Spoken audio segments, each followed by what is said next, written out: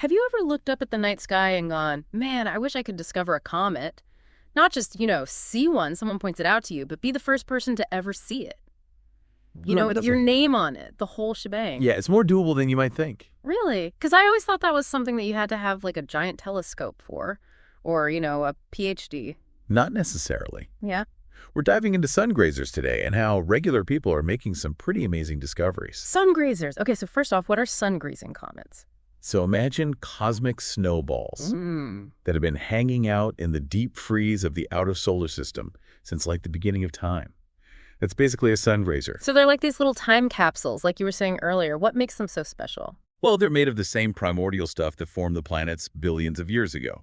So by studying them, we're getting a glimpse into the solar system's baby pictures.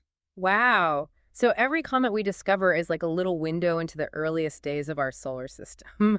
That's wild. No wonder scientists are obsessed with them. But wait, if these comets are way out there, how are we even seeing them? That's where SOHO comes in, the Solar and Heliospheric Observatory. SOHO sounds like a swanky space club. Not quite. It's a satellite. It was launched back in 1995, and it's been staring at the sun ever since. Staring at the sun. That's gotta be bad for the eyes. But how does that help us find comets? It's all about perspective. So SOHO has these instruments called coronagraphs. They block out the sun's direct light. So it's like creating an artificial eclipse. Yeah, exactly. And by blocking out that intense glare, SOHO can see much fainter objects in the sun's atmosphere that we'd never be able to see from Earth. And that includes these tiny sun-grazing comets as they get close to the sun and they start to kind of melt a little. Okay, I get it. So it's like how in the past people could only study the sun's corona during a total solar eclipse. Now SOHO gives us that view 247, but I'm still not quite sure where we fit into all of this. Well, SOHO is great at collecting data, but it takes a lot of people to analyze it. Think of it like this. SOHO provides the raw materials, and it's up to us, the citizen scientists, to sift through it all and find those hidden gems, the comets. Are you telling me that anyone like me could potentially discover a comet just by looking at images from SOHO? That's exactly what I'm saying, and that's where things get really exciting. Okay, you have officially blown my mind. So we've got this satellite out there, snapping pics of the sun 24/7, and it's up to us regular folks to find the comets hiding in plain sight. That's amazing. But where do we even start? Well, that's where the Sungrazer project comes in. Okay. It's this really cool online platform. It basically connects people like you and me with the data from SOHO. They have this awesome official guide that walks you through the whole process, step by step. It's like your cosmic treasure hunt guidebook. I am so step one, do I need like a special decoder ring? No decoder ring needed, just a computer and, sharp set of eyes. Okay. You'll start by downloading images from SOHO's LASCO instrument. LASCO? What is LASCO? Yeah, so LASCO stands for Large Angle and Spectrometric Coronagraph. It's a mouthful. But basically, it's the instrument on ESO that captures those eclipse-like images we were talking about. Right, the ones with the sun blocked out. Okay, so then we're looking for, what, a tiny little comet-shaped blob. Not quite comet-shaped, at least not at first. You're actually looking for more like a tiny dot of light, often moving towards the sun. Okay. And you need to look at a series of images taken over time to see if anything's moving. That's where the real detective work begins. A moving dot of light sounds easy enough. What's the catch? Well, you got to remember, the sun's neighborhood is a pretty happening place. Oh, yeah, I bet. There's stars and planets. Even cosmic rays can show up in those SOHO images. Wait, stars? I thought SOHO blocked out all the stars with that whole artificial eclipse thing. It blocks out the sun's brightest parts. Yeah. But some fainter stars can still kind of shine through in the background. You'll see them as stationary dots, or dots that move across the images from left to right at a constant speed. Gotcha.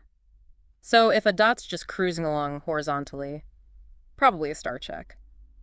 What about those cosmic rays? How do those look like comets?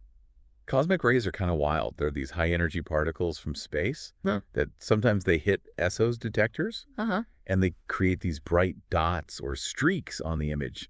They can be tricky because they often show up as single isolated dots, kind of like a comet might in a single frame. So how do we tell them apart from the real deal? Well, comets move in predictable paths, like clockwork. Cosmic rays are more like random flashes of light pop up in one image, and then they're gone in the next. So it's all about looking for those patterns and that consistent movement. Exactly. Okay, cool. Anything else we should be looking out for? You might even see a planet or two. Yeah. Remember, ESO has a really wide field of view. Yeah. So sometimes planets like Venus or Mercury, they kind of wander into the frame. Wow. They're going to be much brighter and larger than comets. And they move across the images in a different way Yeah. than those background stars. Wow. So many things to look for. It's like, where's Waldo? But for space objects.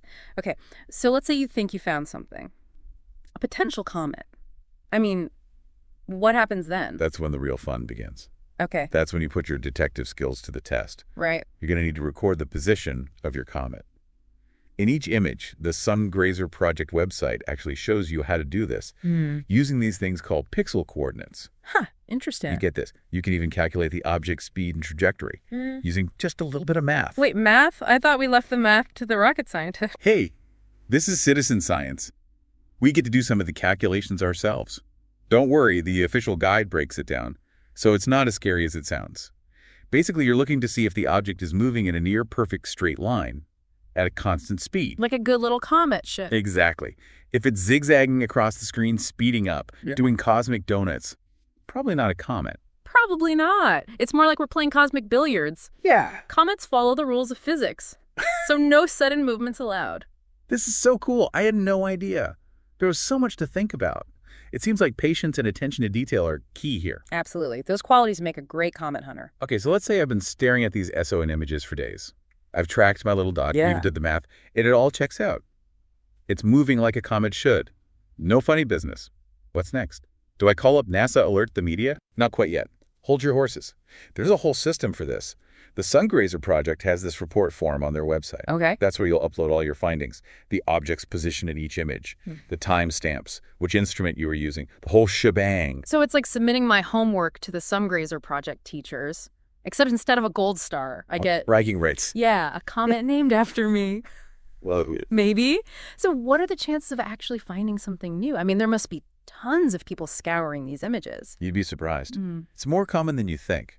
Over half of all known sun-grazing comets were discovered through this project. Wow. Yeah. And every new set of eyes just increases the odds.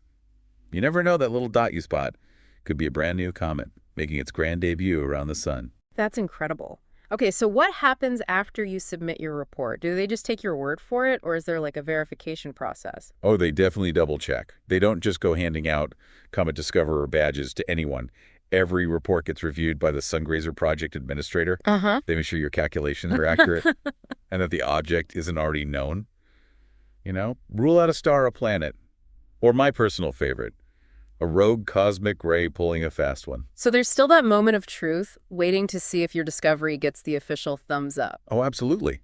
But even if your first few reports turn out to be false alarms, don't get discouraged. It's all part of the learning process. And to up your game, the official guide actually has this whole section on strategy and tips from seasoned comet hunters. Okay, spill the secrets. What kind of strategies were we talking? Well, one of the best tips is to start by focusing on a specific type of sungrazer called Kreutz comets. Kreutz comets, why are those so special? They're the most common type of comet the SO sees. About 85% of the comets discovered through the Sungrazer Project are Kreutz comets. And the really cool part, scientists think they're all fragments of a single giant comet. That broke apart a long, long time ago. Wow. So instead of searching for a needle in a haystack, you're looking for a specific kind of needle. Right. Makes sense. That's got to help. Yeah. And because these fragments all follow a similar path around the sun, it's easier to predict where they'll show up in the SO images. The official guide even tells you where to focus your search based on the time of year. They really thought of everything to help us amateur astronomers out. I love it. But before we go, I have to ask, why does all this matter? Why is finding these sungrazers so important? It's a great question. And it gets to the heart of why citizen science is so amazing. Every new comet we discover, especially these sungrazers, helps scientists learn more about the early solar system. It's like piecing together a giant cosmic puzzle, one comet at a time. So it's not just about the thrill of the hunt, though I gotta admit, that part's pretty cool. We're actually contributing to real scientific research. Exactly. Yeah. And by studying these cosmic time capsules, we can learn so much about how our solar system formed and evolved. Who knows what we'll discover next? This has been incredible. We've gone from stargazing newbies to potential comet hunters ready to scour the cosmos, all from our laptop. All thanks to the power of the internet. And a little bit of curiosity. It's amazing to think that anyone, anywhere can contribute to our understanding of the universe. Absolutely. Every discovery, no matter how small, brings us one step closer to understanding our place in this vast cosmic ocean. Well said. That's all the time we have for today, but we want to hear from you listeners. Have you ever tried comet hunting? What about other citizen science projects? Let us know. We'll be back next time with another deep dive into the world of science and discovery. Until then, keep looking up.